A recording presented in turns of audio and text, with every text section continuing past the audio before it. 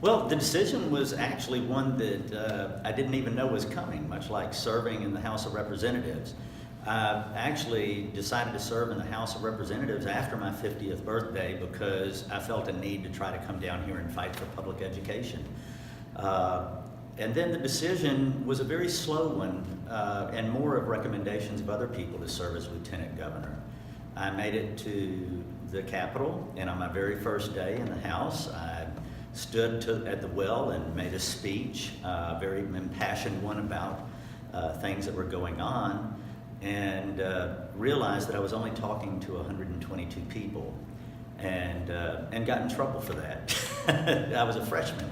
And then I'm very passionate about public education and advocating for it. I have a lifetime of being in it and for it, and substitute teaching is something that I passionately enjoy doing. And I realized that in this day and time in Mississippi, where we're just as divided as the rest of the country, that public education shouldn't be a partisan issue.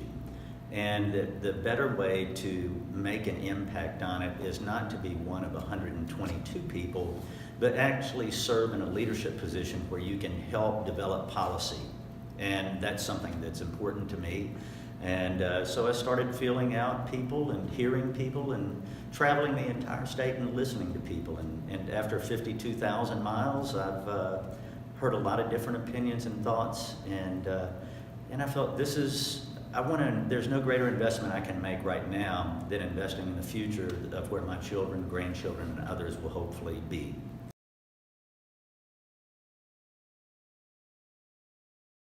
I took the alternative path. I was born into a poor family. My dad was a roughneck in the oil field. My mom was a truck driver. We ended up adopting one of our cousins when my uncle was killed in Hurricane Camille. We had a large family that did what we could to get by. Very, very thankful that I was taught to work hard and do right. I had a lot of whippings, both at school and even more when I got home. But one thing we always did is we worked and we carried our fair share in our household from an early age. I think I started out as a paper boy at 9 years old, and then have done everything from shucking oysters to being a janitor in the mall. Being a janitor in a mall where your friends are was really one of the most humbling things ever, and it taught me to respect everybody, regardless of whether they could do anything for you. When people would actually flick a cigarette at your feet for you to sweep up.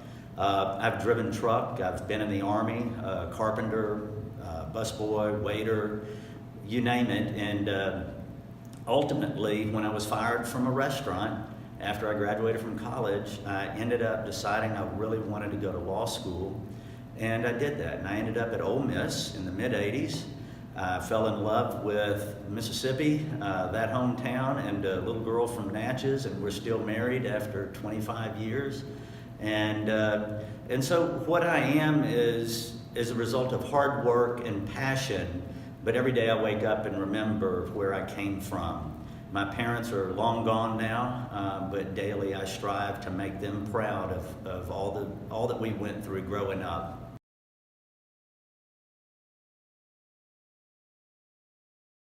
Well, my top priority is and has been and will be public education. To quote Haley Barbour back in his 2008 State of the State speech, there is no single greater economic investment we can make in Mississippi than in public education. And what I would like to see is the same quality that we have in certificated programs or vocational programs that are maybe in Gulfport or in DeSoto County, that we have the same access of those resources for vocational training throughout the state. I would love to see all of our classroom supply money actually go to classroom supplies. I would like to see teachers paid on the southeastern average so we wouldn't continue to lose them. We are in a crisis level with teaching our greatest asset, and that is the next generation. So to me, vocational technical school is a very, it may be an outdated name, but it's something people my age know. It was called VOTEC. Now they call it career readiness.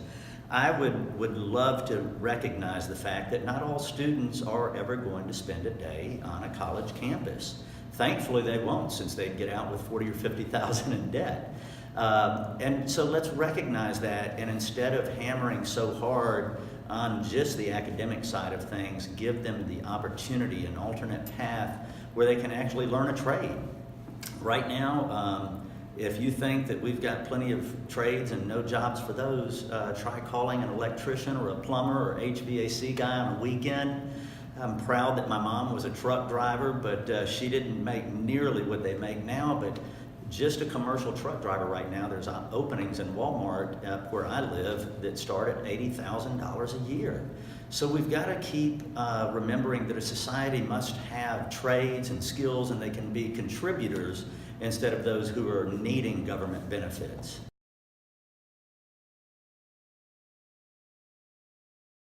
Well, I would relish that opportunity to work with someone from the other party, because I've done that when I've been in the House and worked behind the scenes greatly with them.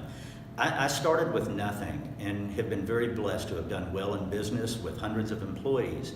And I can assure you that all of those employees and managers come from different backgrounds and have different beliefs. If you can't learn to work with finding out what unites you, then you'll never succeed. And so I look forward to the opportunity of, for once, of us focusing on things that we agree on instead of what we disagree on. It always shocks me to hear people when they say, oh, y'all fight all the time. And I say, no, really about 90% of our votes are unanimous. It's just on certain issues that we know are divisive, and they're driven to get the core base fired up. But if we would focus on things that we agree on, I think that I could work well regardless of what party or who it is in there.